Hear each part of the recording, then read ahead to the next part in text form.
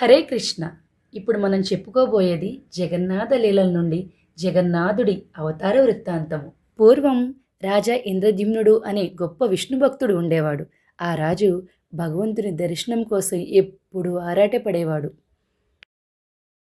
భగవంతుడి ఏర్పాటు వలన ఒకసారి ఒక భక్తుడు రాజుగారి కొలువుకు రావడం జరిగింది. ఆ భక్తుడు భగవంతుని నీలమాధవ అవతారం గురించి ముచ్చటించాడు.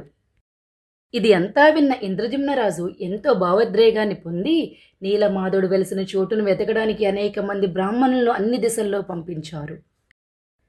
వాళ్ళందరిలో ఒక్కరు తప్ప మిగతా వాళ్ళందరూ విఫలయత్నం చెంది వెనక్కి వచ్చేశారు. విద్యాపతి అనే పౌరోహితుడు మాత్రం ఎన్నో చోట్లు తిరిగి తిరిగి ఆదిమవాసులైన శబరజాతుల వారు నివసించే ప్రాంతాన్ని చేరుకున్నాడు.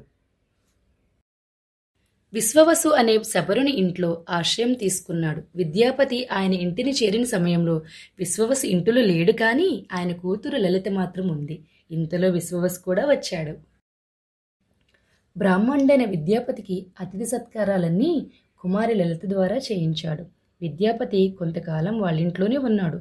కాలాంతరంలో లలితా విద్యాపతులు వివాహ సంబంధంలోకి దిగారు.